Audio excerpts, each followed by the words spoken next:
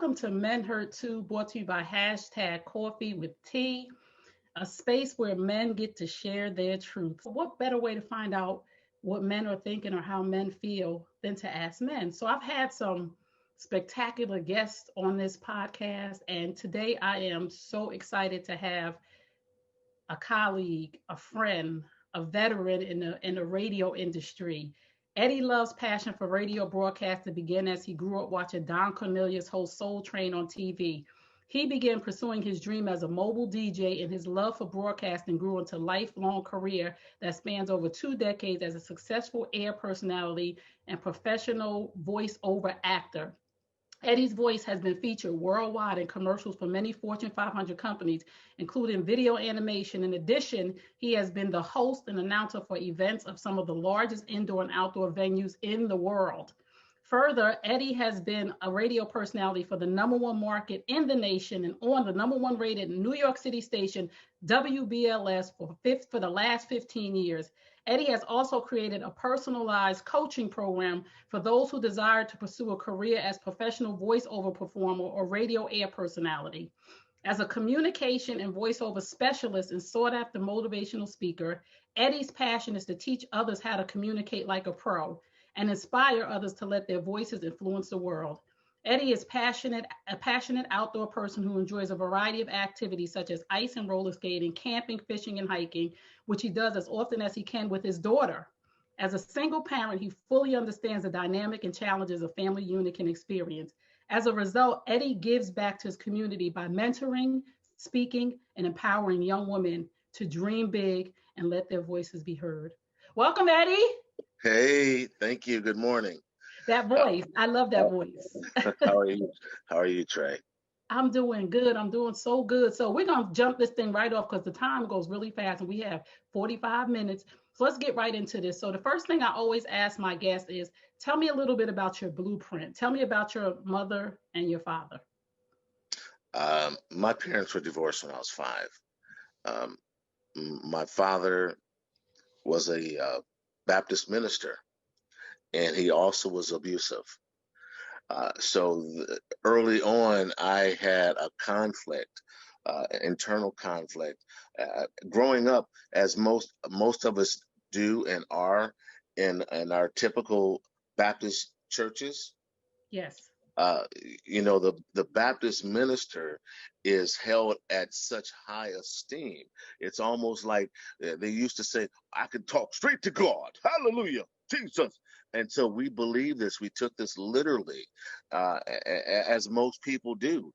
And that's wrong. I know that's wrong, but that is what it is. So you understand the conflict that I had seeing my father on a Sunday morning with the collar on, and was, trying to beat my mom to death. And I was 5 years old. And so that traumatized me for a lot of years until I made peace with God about it. Oh, wow. Yeah. And what about your mom? My mom she's passed away now. My mom passed away from lupus 31 years ago. My father is still alive, sickly, but he's in his 90s now, and he still lives in Michigan. I have, let's see, from my mother and father's marriage, there was 3 of us born. I was the middle child. I have an older sister and a younger sister. And then when he remarried, he duplicated or replicated the exact same pecking order: girl, boy, girl. So for many, many years, although we lived in the same community, et cetera, I didn't have a relationship with them because I had no relationship with my father. Wow. And so now today I have a relationship with all of my siblings. I don't call them half or step or any of that stuff. That's my brother. That's my sister. And to them all, I'm the oldest brother. Wow. Yeah. Yes. And what did that do to you as a man? Because we are really trying to understand the mind of men right now. To see a abusive father, and boys love their mothers. I have 3 boys. They love their mama. what did that do to you when it came to relationships with women? And I'm not just talking about romantic relationships. I'm talking about your sisters, your aunties, female friends. What kind of mindset did that give you? I found myself becoming everyone's protector, Wow. and that at the expense of my own happiness. Oh, I wanted to make sure everyone else was good all the time. And that, again, that was a dysfunction that I carried for many, many years until I did some work on it, you know, family work. Did I uncover these things? As it goes, it says uncover, discover, and discard. mm, So I uncovered the truth, what really went on. And once that was laid out on the table in front of me, that I could look at it and pray over it and let it go, that I was able to discard it and start the healing process. Unless Until I was able to look at everything in the light of day, I was not able to heal from it. mm. So Wow.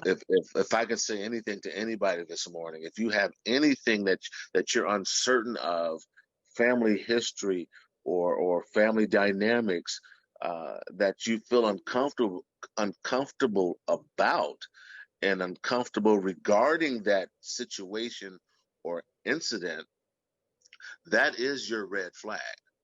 That is the Holy Spirit telling you you have some work to do, Mm. because it's not until you've done the work that you're no longer uncomfortable by it. Whoa. Go ahead. Okay, so uh, this is all in hindsight. As we say, you can't see your own ears, right? I can't see behind me. But then we must still be very careful, Trey, because we could get so engrossed, we can get so involved in doing this family historical work, trying to uncover, discover, and discard some things, that we literally, for lack of a better term, we're like a time traveler. We go right back there. And Mm. sometimes people get stuck back there. You have to be careful when you do this kind of family of origin work, because you really can get stuck back there. And it's just bad if you do. And, Yes. and, and, and it happened to me. Fact, the more you think about anything, the stronger it becomes. As they say, the more you feed it, it will grow. So what I was doing when I thought, and I said to myself, I don't want to be anything like my father. No way. I look like him. I'm in the same town as him, blah, blah, blah. But I don't want to be like that man. So I began this run away from myself. Mm. All of my adolescence, all of my young adult, I was running from myself. And one day I was having a disagreement with a girlfriend in college, and I raised my hand Oh. and I said, Lord Jesus, no. And he says, yeah, I told you that whatever you think about the most, that you will become. So I'm thinking more about, don't want to be like this man, but the more I thought about not wanting to be like him, guess what? The more I became like him. Wow. See that somebody needed to hear that. Even though you're thinking that I don't want to be like this person, you're still thinking about how that person was, and you're actually manifesting that energy inside of you. That Absolutely. was so powerful. So this we weren't even supposed. This wasn't even our topic for the day, but that was so good because somebody probably needed to hear that. So you are a single parent of a daughter. That's correct. So we always talk about single mothers, and we were talking on the back end, and we were like, um, Why do people get so up in arms when a father is the single parent raising the child? Like that's some type of crime when both parents are the parents 100%. I don't say 50-50. I'm 100% my children's mother, and their father's 100% their father. So how did you come about being a single parent? Well, first, let me clarify this.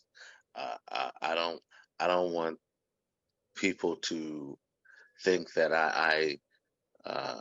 I'm this, I don't know, super human being. I don't take credit for it at all. It wasn't something that I wrote in my high school yearbook that I said when I grow up I want to be a single father of a daughter. No, I didn't write that at all, because that's not what I didn't see that from my life. But when my daughter was 3 months old, I saw things that were happening that were not supposed to happen. And the care that she was receiving was not the care she was supposed to be receiving. At that time, of course, I signed up for, the minimum visitation, Wednesday and Sunday. How that's how it is in every state. And but when I would go pick her up, she was in disarray. And this is a Wow. baby. We're talking a baby. And the mom was never there. She was left with god cousins and all this manner of things. So initially, I of course I had my blinders on because I'm on the radio. I'm doing the late night show in San Diego, 10 p to 2 a. My life is like some kind of movie. It was Yes. just amazing. My life was just amazing. So along this comes, and so I, I didn't willingly do this. I didn't willingly change. But I'll tell you what, Trey, the Holy Spirit convicted me one day and said, "Go get your child." Mm. I looked. Who are you talking to? Talking to you. Go get your child. That is your seed. And I was like, okay, well, if that's you, God, telling me to do this, and I'm going to trust that you're going to help me do this. And I started the process. Of course, it went on. It went on for a couple of years. Mm. Just although she was in my physical custody all that time, she was not in my legal custody. In the state of California, as in most states, uh, they always want to keep the child with the mother, no matter how bad she is. Mm. That's what they do. That's what somebody has said, that that's what the child needs. No, all children need a healthy parent. If they can get two healthy parents, they're winning. But if they can at least get one out of two, they got a chance. Right. They have a chance. But these court systems will keep those children with that dysfunctional parent until which time they have to take the children completely out of the home. Right. That's why there's so many children in foster care, because they weren't paying attention to the signs that this child doesn't need to be with this dysfunctional mother. Right. It's actually detrimental to the child. Right. So, long story short, I had to prove all this and that, get declarations and da da da. I mean, she did some really wild and crazy stuff, her mom. Um, Wow. but even today, I do not demean her mother, because irregardless, that is still my daughter's mother. Wow. When you talk about a paradox of life, my daughter was we were downstairs watching television. This is when I still lived in New Jersey, and she was about 9 years old, and we were watching a show, and it had a couple happy, with a child. And so she says, "Well, Dad, how am I here and you and my mom aren't together?" my parenting style has always been this: if a child has enough intelligence, enough curiosity, and can comprehend what they're talking about, tell them the truth. Say that again. Tell them the truth, no matter what. As parents, I see so many parents so hung up over the stupidest stuff, but they're really crippling their children. When I go into the schools and I mentor young people, this has been the thing that stands out most. The parents don't talk to the kids about anything meaningful. And the kids want to know. And that's why I said if it comes into their minds to want to know, give them the answer. Right. So she said that question to me at 9 years old. How is it that I'm here and you and mommy are not together? Because she's seeing all these images of people together. I said, well, honey, that is called unprotected sex. Whoa. She said, Dad, what is unprotected sex? Well, that's when a man and a woman have sexual intercourse without protection. No condoms or no birth control pills or any sort of birth control mechanisms. So what happens is someone gets pregnant. Well, am I unwanted pregnancy? She said. I said, absolutely not. You saved my life. Oh, don't make me cry, Eddie. She saved my life. My daughter's birthday is 1 week before my birthday. She's my birthday present. Oh. God. Yep.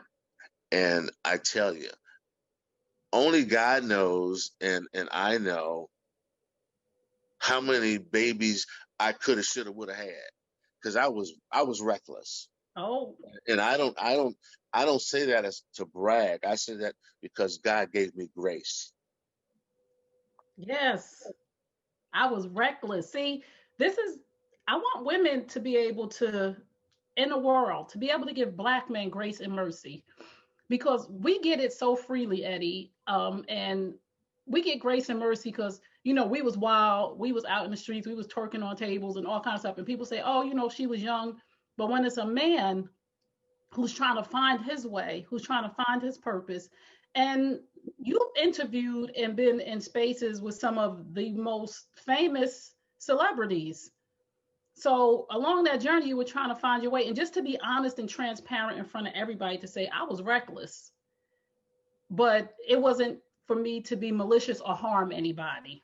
Right.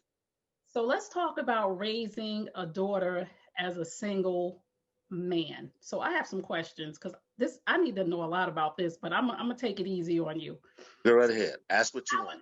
How important is a man's spiritual principles when he's raising a daughter as a single parent, or even how important is a man's spiritual principles when he's raising a daughter, even if he's not the single parent, if he's raising daughters who he's not in the home with and they're coming to visit? I think there's no substitute for it. I've tried it without it, and I know that it's better with.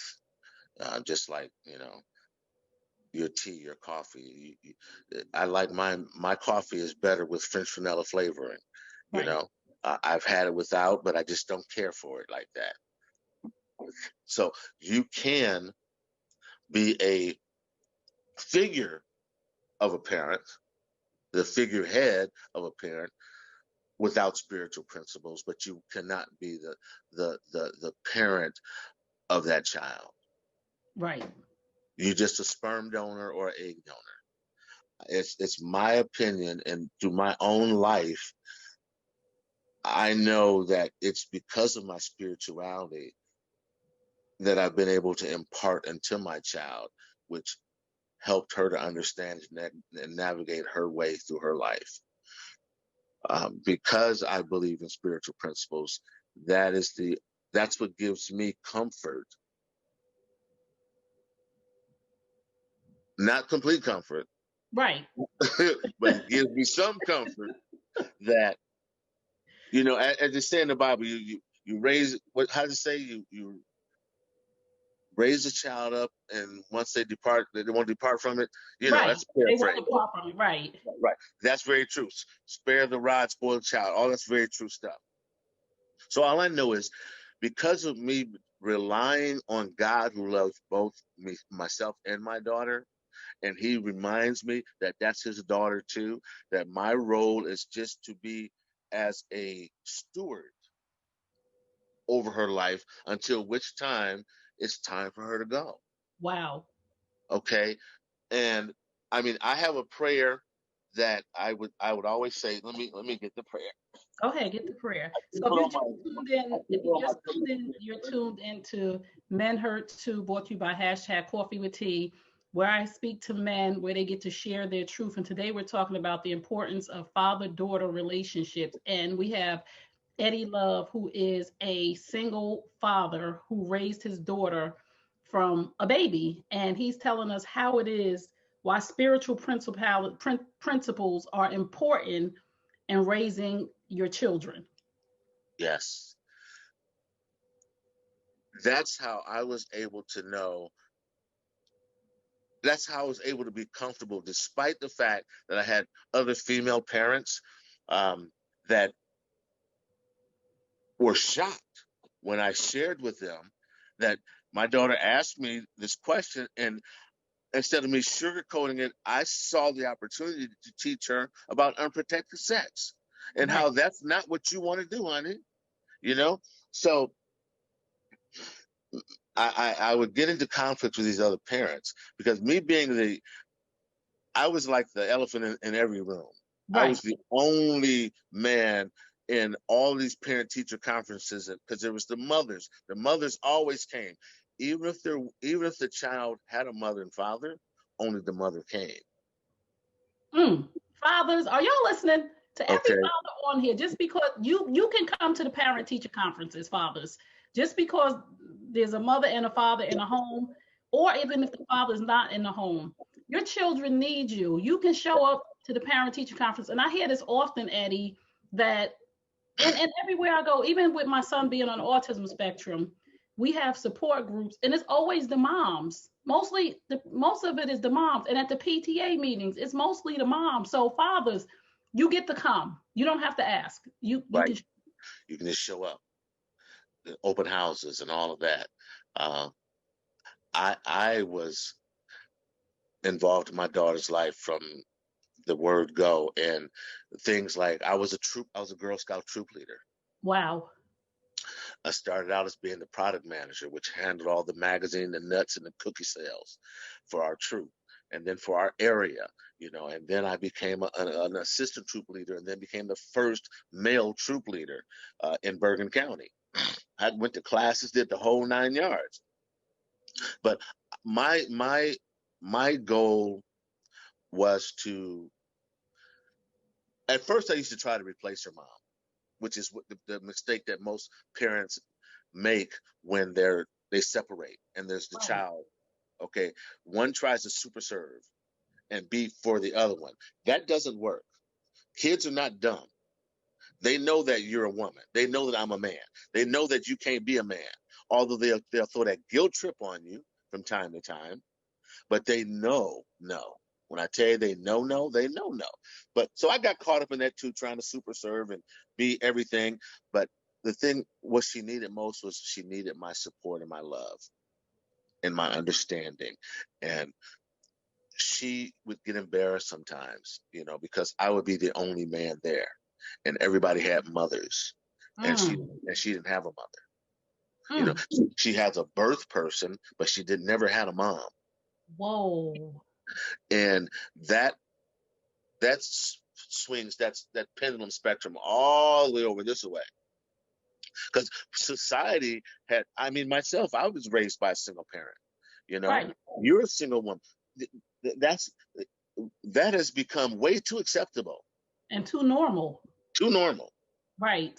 Okay, so we've got work to do on that, but we can do that on a whole nother show. But Yes. This is the prayer that I had through my church. They had a program called, I think when she graduated high school it was 20 something, but nonetheless, it's a rites of passage for Right. young kids. And there's a prayer they gave us, and it's called the Praying Parent. And it says, Lord, I submit myself to you. I realize that parenting a child in the way you would have me to is beyond my human abilities. I know I need you to help me. I want to partner with you and partake of your gifts of wisdom, discernment, revelation, and guidance. I also need your strength and patience. Make me the parent you want me to be and teach me how to pray and truly intercede for the life of this child. Amen. Amen. And that, I would look at that every day. I still look at it now that my daughter's even out the house now. She's in college and whatnot. But I couldn't have done it by myself. Again, I can't pat myself on the back. I just showed up every day. Oh my That's goodness. I just showed up every day. How was that's that experience of, boys are different. So when we have our sons, we're like, oh, they when they get ready to leave and all of that other stuff and all of the what they call as normal, like, we don't worry so much about our boys, but we should. you should. How was that experience of letting go of her in this world as a father, as a protector? How do you do that? Well, it's one thing what I tell her, and it's another thing what I actually do. You know what I mean? Uh, I encourage her, and I encourage her by saying, I know you think you don't need me, but I'm here whenever you do. Right. Uh, Women, young women, they are very independent. And it's almost like they come out of the womb already independent or something. Right. Uh, and we have to watch them when they're little to know who they're going to be, because they let us know who they're going to be. They don't have a filter. Mm, What they think, they let you know. You yes. know what I'm saying? And uh, parenting takes on a different level when you understand it like that. Because, uh, case in point, this one of mine was in the kindergarten. We were in a store in California, like a Mervin's. It was called Mervin's. Marshalls, like Marshalls. Right. And I was doing some little shopping for her, and this kid brought back to me a complete outfit with the right size and everything from different racks in the store. That's how advanced she was at 4 years old. Wow. Picked out the whole complete outfit, right sizes, all of that. And I said, how did you do that? I don't know, Dad. I just knew how to do it. Okay, fast forward to now we're going to kindergarten, uniform school. I got all of them, the sports, the this, the that, the da da da, da, all the little different variations. Well, I'm laid out the day before, like you laid your kid stuff. Well, come that morning, she decides that's not what she wants to wear. Oh. And she lets me know I am not going to wear that. That's not what I choose to wear. Because I spoke to her intellectually. So that's how she speaks. But sometimes it sounds like she's being sassy. You know what I mean? But Right. she's not. She's just speaking the way I taught her how to speak. And so I said, I don't want to whip this child. I don't want her to have no bad day at kindergarten. So I would discipline her, give her a stern talking to, and make her change clothes.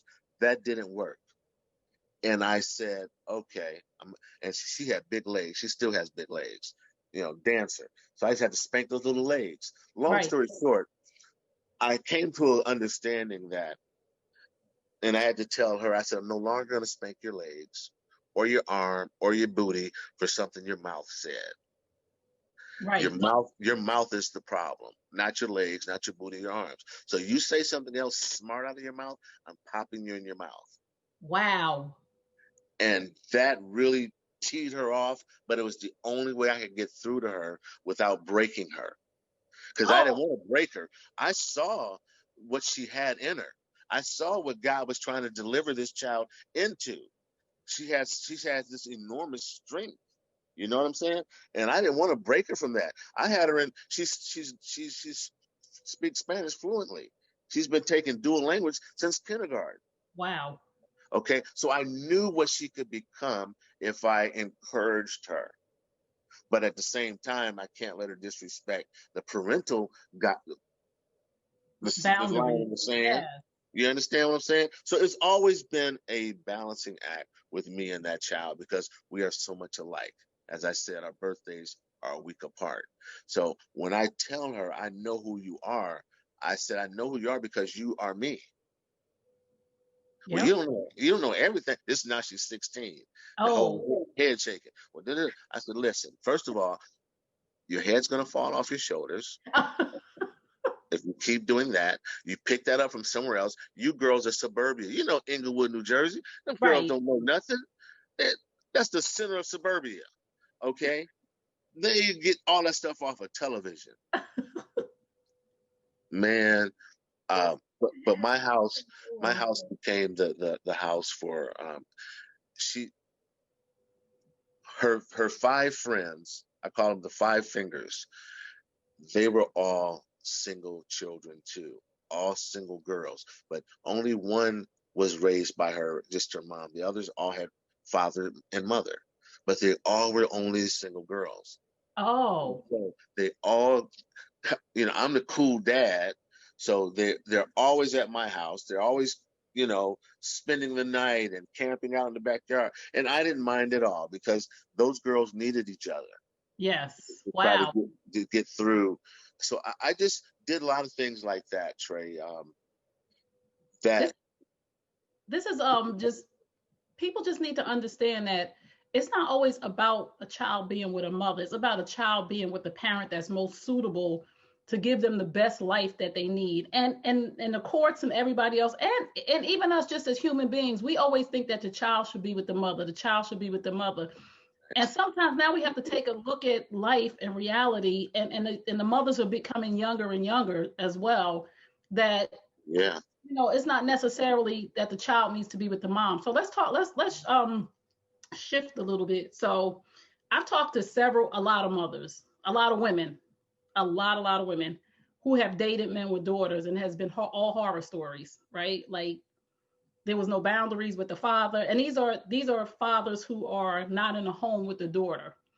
So we've seen, and I've experienced this myself, where the father doesn't set the boundaries, doesn't tell the child that this is not a competition between you and my woman. Go sit down. You know what I'm saying? And I've lived in a couple of houses with men who I was with who had daughters, and it was horrible. And not because of anything other than boundaries weren't set. How did this affect your dating life? And do daughters knowing and unknowingly sabotage a man's romantic relationships? mm. Well, I've seen it happen. I've seen it happen with daughters and their fathers, and with sons and their mothers, for that Mm-hmm. matter. For that matter. However, um, my daughter did do that. She was true to the game. Uh, I respected her opinion for the most part because she was intuitive, and Right, she would say, "Daddy, no, I don't like her. right. I don't like her. I don't like her. I don't like her." And that's one. In the other extreme, we could be walking through. What's the name of the store? The grocery store there? I forgot. Shop ShopRite. right. Yeah. We could be walking through ShopRite shopping, and she'd see a cute girl, and she'd run up to the girl and say, "My daddy's single. He's Oh right back no. there. Yeah, he's my daddy's Eddie Love." And I'm like, "Holy cow!" So she would do both. Okay, if she liked her, it was game on. If she didn't like her, she would shut it down. Funny thing, true story. I did one of those Dominican Republic uh, getaway I had to host for the weekend, right? Contest winners, etc. I left her with the girl I was staying who had a son the same age. I said, "Do you mind keeping her while I'm away?" She said, "No, absolutely not. I'll be happy to. Well, my daughter wasn't happy about that.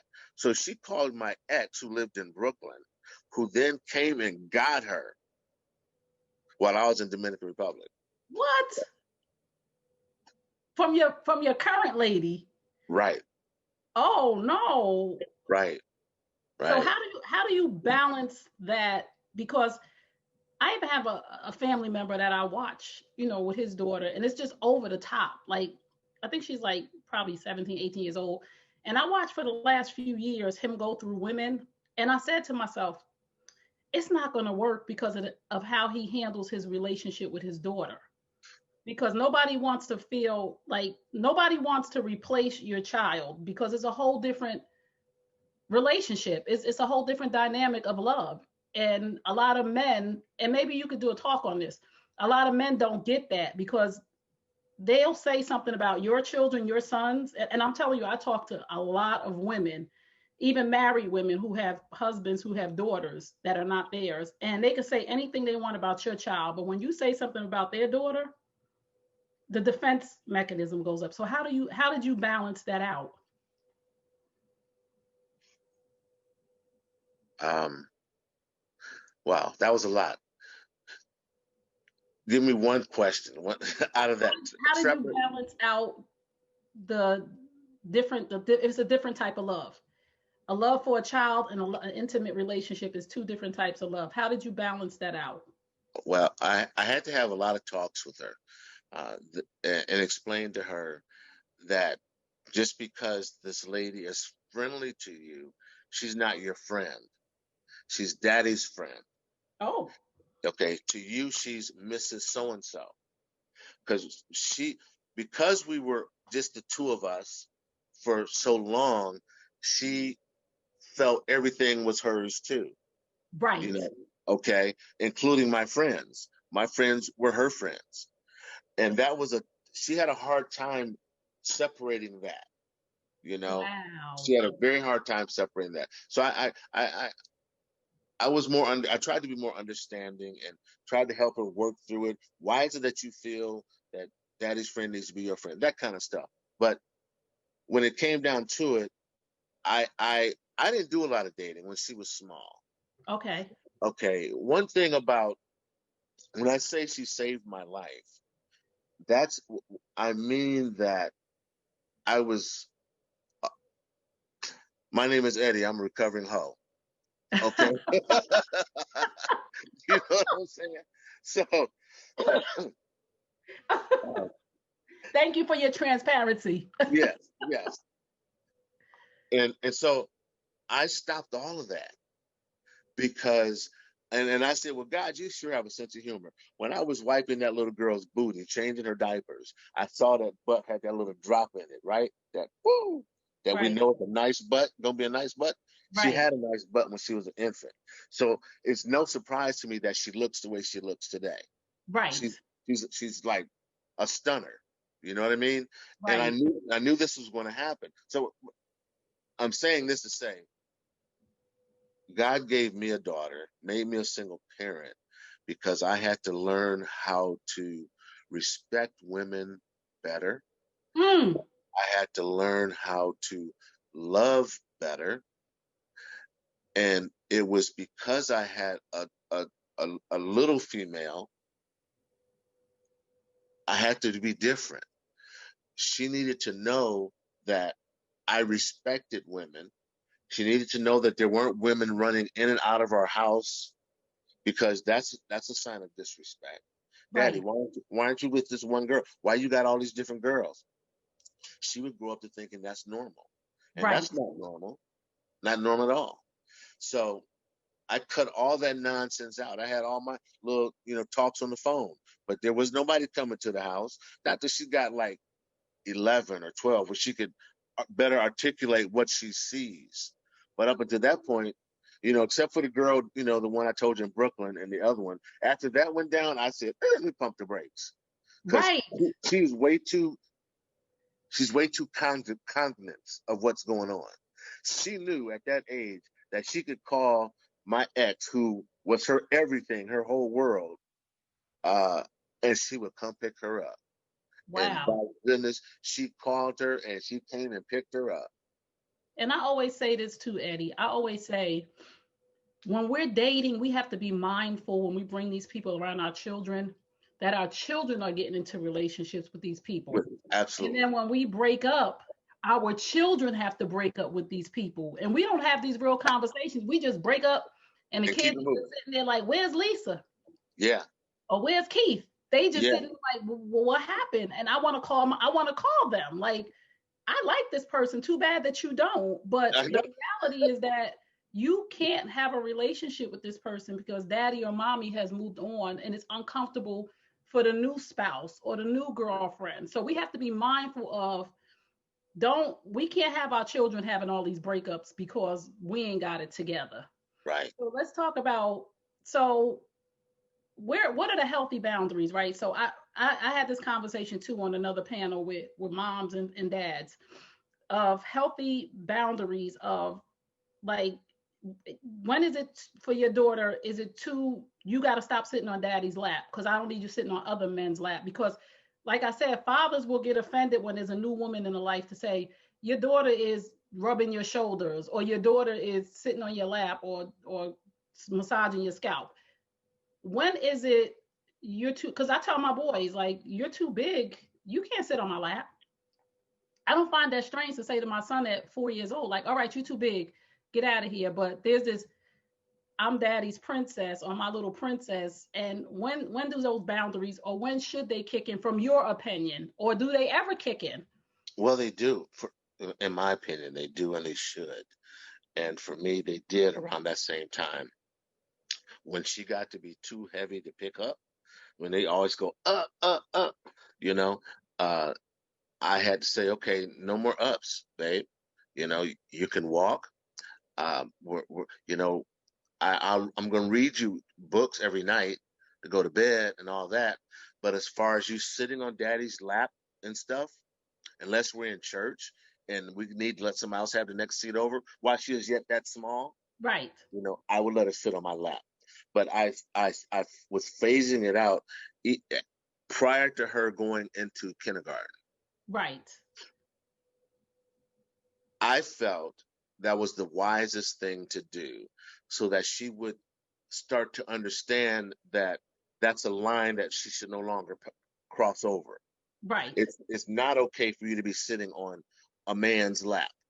It's not okay for you to be sitting on a boy's lap. right, So if your dad says it's not okay for you to sit on his lap, you should take that all the way to the bank right. because that's the lesson I was trying to impart into her. Right. So I'm going to give you some last words because we are at our time, but we definitely got to do a part two because I have like 72 questions and I asked a lot of them in and I'm upset about that. But we're going to do a part two whenever it's good for you. Just let me know and I'll have you right back on. What do you want to say to the world about being a single dad? Because are men treated differently as single fathers than single mothers? So what would you like the world to know? Is there a difference? Do you guys feel disrespected? Just what would your last words be to those who are listening? I felt disrespected by the court system Oh, when because if I say to you, you see me, I'm a single man, I'm a radio personality, I'm I'm a public person, but you see I'm in this courtroom to get my child. So I had to tell the judge, you need to stop looking at what I do for a living and look at how much I love my child. oh, Okay, because that was the mother's pushback. Oh, he a radio DJ, he out all the time in the clubs, da da da. The best thing that could have happened was when the judge picked this lawyer out in the courtroom and said, I'm gonna assign you to be the minor's attorney. And I am ordering you, mom, to go meet with this attorney, and I'm ordering you to bring the child to be interviewed and all that kind of stuff. 3 months later, we go back to court. She missed every appointment. She never oh, she never showed up. I brought my daughter. I sat out in the lobby while they talked with her, and the lawyer said this little child is perfectly balanced. She is healthy. She understands. She comprehends. She knows what her father does. He takes her with him everywhere he goes, including to the nail salon. So I find what the mother's saying to be completely unfounded. So to summarize all that, everybody's not supposed to be a parent. Okay. Uh, if we got live eggs and sperm, we can all make babies, but that doesn't make you a parent. That just makes you a donor. Right. Uh, we need to somehow have parenting classes or something, because Yes. half of these people don't even know what it means to be a parent and don't understand the enormous responsibility that God has given you, because God gave you. And if you mess up one of his kids, he says vengeance is mine. Mm. He coming for you. Mm. Everything Jesus always said in the Bible is suffer the little children. You must be like a child. These are messages. But we out here, these girls talking about twinning. What are you talking about, twinning? That's your child. She is not your twin. Okay. Don't start, Eddie. Don't start. I tell women Girl, all the time, you better stop being friends with your kids. They're gonna turn on you. gonna turn on you. Because they don't have the boundaries to respect you. Like my sons now, my 26-year-old, we have boundaries still to this day. My kids don't curse around me. I don't drink with him. If we're in the house together and we drinking wine, we don't get drunk together. Right. Like these about, listen, I'm your mother. I'm always going to be your mother, and I've never crossed those boundaries with him, and I never will. Even on his 21st birthday, we went out with his dad. They had a drink together because I didn't want to set that tone with my sons, because they've never been my friends, because I love you too much to be your friend. Yeah. Because your friends are not going to hold you accountable. And once that line is crossed, the respect is never regained. Mm-hmm. I've seen you do those things with me. Right. So this has been so good. I love you so much, Eddie. I really do. I admire everything that you're doing. So tell everybody where they can find you and how they can connect with you. Okay. You can find me if all, well, how's it my mom used to say? If all else fails, if all else fails, you can Google me. But I would like for you to visit my websites, eddieloveshouse.com or eddielovespeaks.com. Loves House is my media page. You can get pricing on if you want imaging done for your website, or I do answering machines, et cetera, et cetera, et cetera. Eddie Love Speaks, more or less, is the contact to reach me for public speaking gigs. You want someone to come speak to your children, mentor your class, or anything like that, or you yourself want to become a voiceover performer, or just would like to be able to communicate better. As one of my programs is called Communicate Like a Pro. I designed that one for management people who want to have a better presence when they're conducting their seminars and meetings. That's what that program is for. Let Your Voice Be Heard is more for you if you want to do voiceovers. It's really an easy peasy job. And being at home now as we are, and as we look like we're going to be for a minute more, it may be a good time for you to consider another alternative career. I can teach you how to set up your own home studio. I have an audiobook right now, which is called Introduction to Voiceovers. It's on sale, very dirt cheap. I think I'm gonna drop it down again for the holidays, so people want to give it as a gift. But all this information is found on eddielovespeaks.com. And you can email me there, whatever you want to do, and follow me on Facebook, Instagram, Twitter, Pinterest, all the social media under Eddie Loves House. Thank you so much, Eddie. Thank you for your time. Thank you for your transparency. And more than anything, thank you for your truth. Thank you guys for tuning in. Remember what I tell you at the end of all my broadcasts. You deserve the best. Yes, I'm talking to you. You deserve the best. Now go get it. And remember Psalm 147:3. He heals the brokenhearted and binds up their wounds. Psalm